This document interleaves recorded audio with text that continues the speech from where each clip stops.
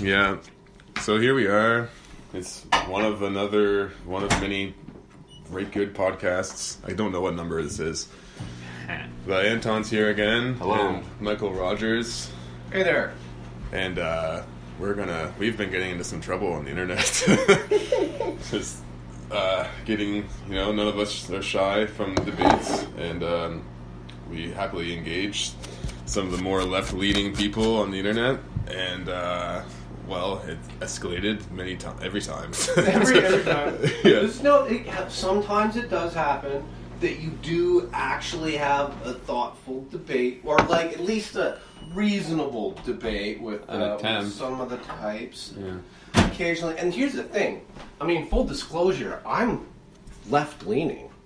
Yeah. I think honestly, that's the weirdest part about it is I think all three of us are. Yeah, I've taken the political compass. I'm left of center. Yeah. I think the thing that more ties us all together, more than the left versus right thing, because we've all discovered that that's not as much of a, hard and fast rule to determine a person's, integrity, is the authoritarian versus libertarian side of things. Yeah. Right? But it's all a big spectrum. Like these people that focus on the one side or the other. And the libertarians are the same way. For that matter, they take the one thing, they just hone right in on it and be like, this is what it's got to be. It's got to be pure this. Yeah. Well, we live in a complicated society, man. A really complicated society, and one hammer doesn't fit all situations, right? Yeah. So that's a big thing. It's like, if somebody made a car, there's all different kind of pieces. Sometimes a more socialist approach to a certain specific problem is the right one. Sometimes a more capitalistic approach is the right one. There isn't one right or one wrong. It's just along a spectrum. Yeah. Right. Well, that's why it's so a rainbow, important. if you will. Yeah. That's why it's so important that people of different perspectives, even just strictly politically speaking, need to discuss and not chalk each other up to some, you're left or right or whatever, and then I just have you caricatured in such a way that I can demonize you or elevate you on a platform, either one. It's like, God forbid that we're all actually complicated beyond belief, and you're right. There's times where the way to figure out which way to do it is to debate. To try them out. Yeah. And debate, come up with a good idea, then you try it out, right? And then you look at the results. I feel like we've gotten away from the looking at results side of the whole situation with a lot of what's going on. And yeah, the whole demonization thing. I mean, I responded to a meme that somebody posted earlier today, and it was a Fox News is 100 is had a Campbell suit thing, and it was 100% bullshit. And I'm like, well, no, that's not true. I mean, Fox News is not 100%. Now, there's a lot of very biased kind of stuff. There's definitely opinions that show through. And sometimes they do end up reporting things that get pretty kind of questionable on the right side of the spectrum. But there's still some truth to what's being said. Same with CNN and friggin' MSN. Even places like the HuffPost, give credit at times. I mean, there's some that have gone completely off the rails. Vice. Oh, yeah. But and a few other smaller ones. But when you do that, when you say, okay, Fox News, 100% bullshit, that's the message you're putting out. At that point, you no longer even have to listen to what they say. You don't have to, if this is the narrative, 100 Fox News, 100% bullshit. And let's say I had a magic light switch on the wall that I could flick that would make Fox News the most honest, name in news reporting. Yeah. I did choose those words, intentionally. Then nobody would know. Because all the people that have already decided that they're 100% bullshit are even going to listen to the arguments. Yeah. To have any minds be changed, and that's just... And then these same people, the argument I was talking to Anton on the way over, I mean, it's so full of ad hominem, simplistic, not actual any real critique a lot of the time. But sound bites, man. Sound bites, yeah. But it's one of the things that's been so funny to me is how often I get told to educate myself and keep an open mind. I know, right? Unless it's Fox News, and I can just shut it right down. Don't listen to a thing. Don't consider it. Don't be open, receptive to new information.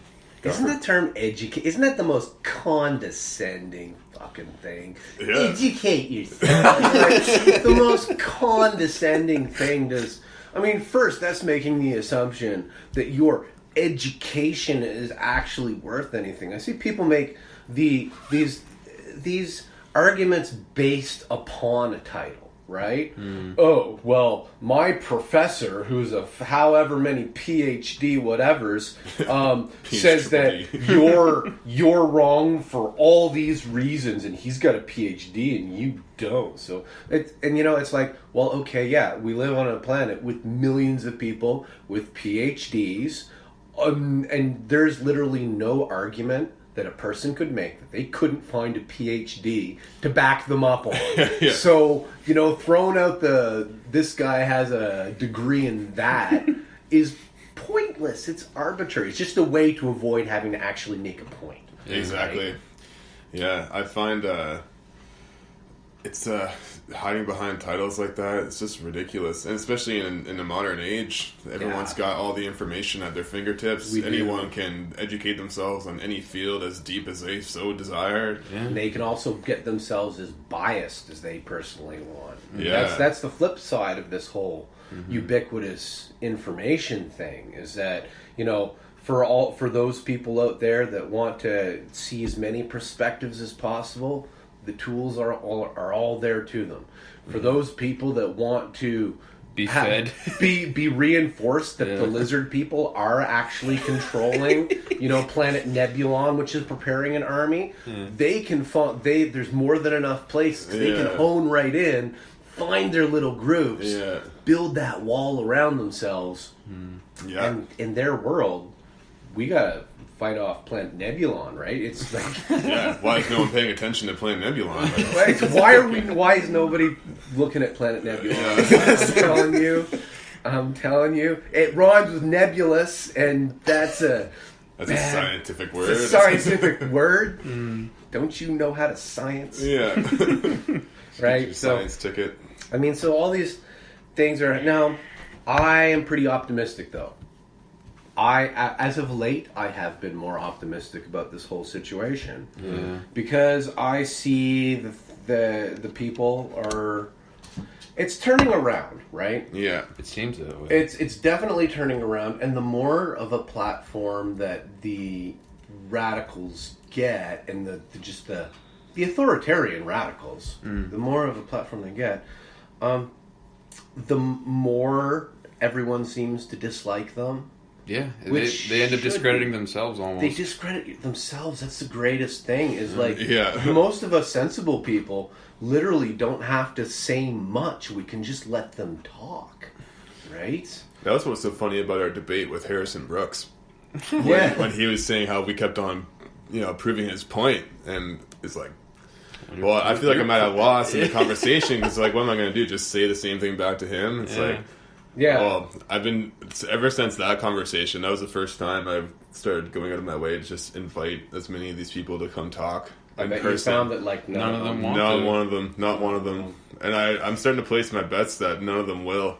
I mean, maybe I can find one that's willing to, sit down with Darth Vader himself or whatever they imagine him and like discuss. And but it was like I was having a conversation recently. With someone about eating meat person, and this person just said everyone should be vegan anyways, and I was like, well, I don't agree with that. And then she said something like, well, our bodies aren't meant to digest meat and they can't do it properly. That's scientifically not that's just not true, right? Yeah. It's like We got processed meat for sure canines. isn't good for us. Yeah, we got canines, we got the right chompers. That look at our ancestors, chimps and bonobos, brains, dude. That's the reason our brains develop actually cooking meat and the discovery of the ability to cook meat. That's an important distinction because like you hear a lot of pro meat because I was vegan for a while. Yeah, and I loved it. I've never felt better in a sense, but at the same time, it was so needlessly, like, arbitrarily, like, roundabout. Like, it was needlessly, like, it was like, oh, well, fuck me. I have to try and get as much protein and iron as conceivably, like, basically everything. And all the amino acids. Exactly. Like, fuck, man, you're eating, like, nonstop, like, I mean, I love almonds and other nuts and legumes and beans and whatever other sources of protein you can get from plants or, you know, what vegetables. But, like, at the same time, like, it was just so much effort. And I was just like, well, like, you know. You gotta plant all that stuff out. That's what I'm saying. And it can still make you sick. I dated Exactly. a girl oh, sorry. No worries. I dated a girl a long time ago that she had, she was anemic. You know how she got anemic? Low iron. Because she was, and she did everything. She did the, like, planned out, the right nutrients, very structured. Her body just couldn't get enough out of it. And her body just couldn't get it. So telling that woman right there that, I'm sorry, you're supposed to be a vegan. It's kind of like, no. Well, yeah, I was vegetarian for 8 months at one point, and I eventually broke it. I had a couple chicken breasts and potatoes and stuff, and I didn't actually feel right at all the whole time I was doing it, but I was really committed to giving it a shot. Yeah.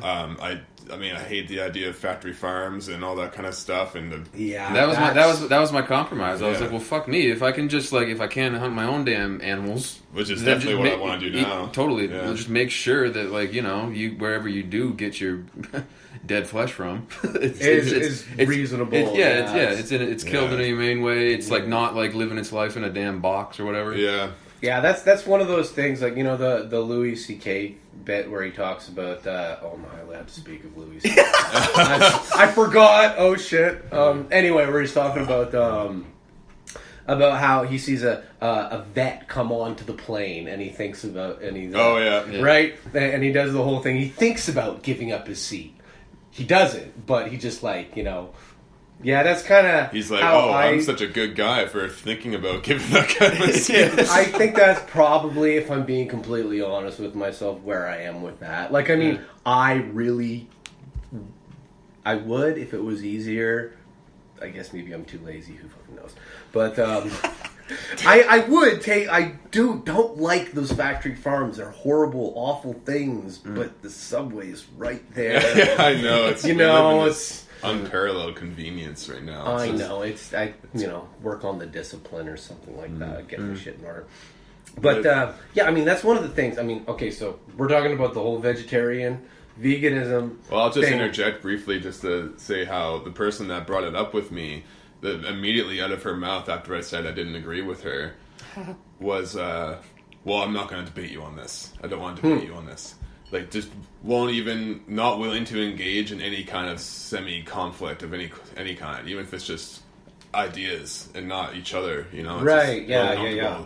Totally. I think that's kind of the temperament that lends itself towards these kind of left-leaning ideologies, too. It's like people who are really compassionate and accepting and all those kinds of things, and it's so agreeable that they're adverse to conflict, and because also they believe that... to the point where they become... conflict. Like, they avoid. It's literally the burying your head in the sand kind of situation. Well, triggered. Yeah, triggered. I mean, it's so strange how the words, the words. The words become the words when you see the words completely removed from any of that kind of context. Like, you know, like it's a bummer. You see that it's like. Well, no, you know, the trap was triggered or whatever in a book, and I'm just like... They ruined the word. You just picture a trap. Our trap's gay. I don't know. So, right. It's so brutal. A trap that was triggered. That's good. But yeah, it's... That poor oppressed trap. That poor oppressed triggered trap. No one cared about his feelings. Nobody cared about his feelings? Well, I shouldn't be so crass as to assume that it's a boy. Yeah, that's true. Yeah, maybe I should ask the trap. Maybe you should. Were you aware that trap was a slang term for a trapeze artist? No. Well, I mean, probably, but also a girl that looks very much like a boy. Okay. Or vice versa. That was actually my whole joke. There you go. Oh my